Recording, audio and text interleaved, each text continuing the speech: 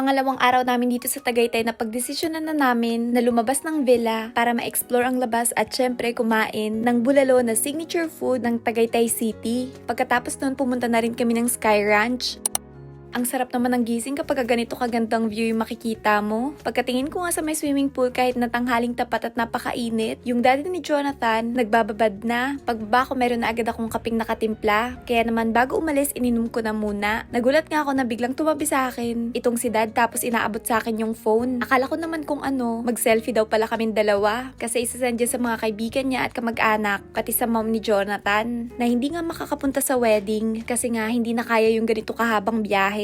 Itong dad niya guys, grabe, nagbiyahe pa ng 24 hours. Galing ng Texas papunta ng Pilipinas. Grabe guys, biyahe pa nga lang pa Japan to Pilipinas na halos 4 na oras lang, nakakapagod na. Nung paalis na kami nagsusuot na sila ng sapatos. Kaso guys, litong-lito sila kung alin ba yung sapatos nila kasi nga parehong-pareho, yung mismong design at saka yung size. Dad niya rin kasi yung nagbili ng sapatos niya. At nung okay na yung lahat, nakapag-asikaso na, bumaba na rin kami ng Balivino. Ang ganda nga rin ng location kung saan nakapark yung sasakyan kasi nasa may ilalim talaga kaya hindi naiinitan. Galing sa Balivino hindi rin masyadong malayo yung mga restaurants at mga galaan, lalo na kapag nakasasakyan. Yung pinakamalapit nga na na-search namin na merong napakataas na review ay itong The View. Restaurant and cafe na siya. Tapos guys, sakto meron din silang ditong tinitindang bulalo. Kapag talaga nagagawi ako dito sa Tagaytay, ay ang bulalo talaga yung gustong-gusto kong kainin. Para kasing hindi kumpleto yung Tagaytay trip mo kapag hindi mo nakain yan. Dagdag mo pa na galing sa restaurant na to, ay grabe, sobrang gandang view. Tapos ang lakas pa ng hangin, nakakagaan talaga sa pakiramdam. Pati yung interior ng restaurant, ang ganda-ganda rin, meron pang mga paplato. Sa mismong restaurant and cafe, pwede ka rin bumili ng mga pampasalubong or mga snacks at pika-pika na mangunguya mo habang nasa biyahe or naghihintay ng pagkain. Tignan nyo naman guys yung loob ng restaurant, grabe, sobrang ganda. At kaya rin siguro The View yung pangalan ng restaurant kasi grabe din talaga yung view dito. Tanaw na tanaw mo ng malapitan yung Taal Volcano. Habang nagmamasid nga guys, meron ako nakitang puno ng mangga na grabe, nakakapanlaway, sobrang dami ng bunga. Parang ang sarap pumitas. Teka, tagmangga ba ngayon guys? Bakit ganyan kadami yung bunga ng manggang to? Naku, kung mababa nga lang yung punong yan, pipitas na talaga ako. Maya-maya dumating na yung mga order namin. Umorder nga si Jonathan itong frap at ako naman naki-video lang. Ito yung ilan sa mga in-order namin. Merong shrimp tempura, french fries na talagang paborito nila, itong pansit canton na meron ding shrimp, at syempre hindi mawawala ang kanin. Meron ding lechong kawali, paborito kasi yan ni Papa, at gusto ko nga ipatry din kina Jonathan. May chop suey din para merong gulay kahit papaano. Kaso guys, hindi na ako masyado sanay kumain ng gulay na lutong-luto. Itong chop suey kasi lutong-luto talaga yung gulay kaya medyo malambot. At syempre hindi mawawala ang bulalo. Habang nagbe-video nga ako dyan guys, tignan nyo naman yung nangyari sa cellphone ko. Sa sobrang lakas ng hangin, tinangay na. Hindi ko alam kung kaya pa nito mag-survive hanggang sa kasal. Grabe guys, yung bulalo, tignan nyo naman. Itsura pa lang, ang dami ng taba na binigay sa amin. Ayan pa naman yung pinakapaborito kong part. At buti na lang prinsesa ako ng lahat. Kaya naman pinaubayan na nila sa akin yung pagkain nitong taba.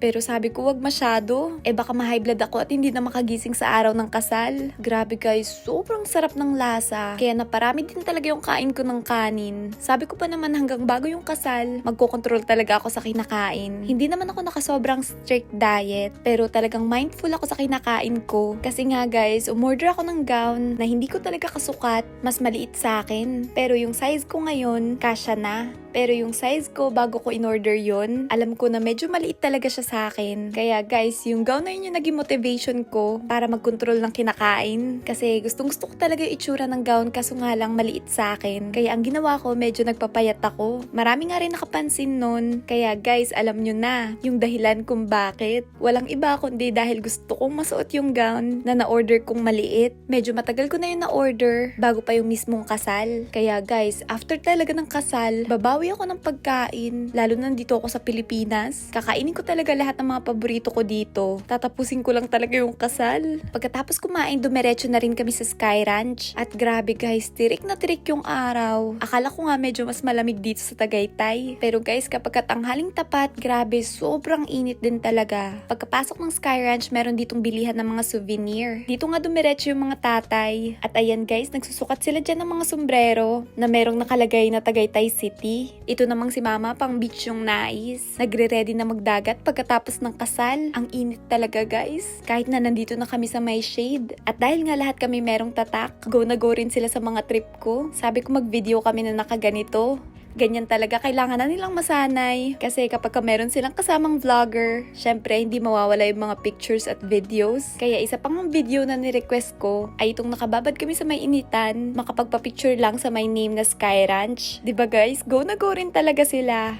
Meron nga kaming 3 libreng shoot, kaya si Jonathan, si Dad, at si Chiki na yung gumawa. Kasi halos kakapunta lang naman namin nila mama at papa dito nung last time na umuwi ako. Sobrang init nga ngayon kaya gusto namin magpalamig sa loob ng Ferris wheel. Since naka-aircon daw to. Nako guys, pinapili nga namin si Chiki kung saan siyang car sasama. Kung dito ba kina mama, auntie at papa. Bali ayan si Auntie Chel yung mama niya. Pero si Chiki lagi dito sa dalawang kano sumasama. Talagang marunong pumili kung sino yung nagsuspoiled sa kanya. Kaya pagkatapos namin ng Ferris wheel, sila naman ni Jonathan dalawa ang nag-try ng zipline. Hindi nga daw kaya ni Dad kasi medyo mataas at natatakot siya. Pero grabe, kahit na sobrang tirik yung araw, nakahintay siya dyan sa pag-slide ng anak niya at pati ni Chiki. At talagang sobrang supportive. Ako naman guys, medyo nararamdaman ko na mahapdi na yung balat ko. Baka magka-sunburn pa bago yung pinakakasal. Kaya hindi ko na rin tinry. Lumabas na rin kami agad kasi sobrang init.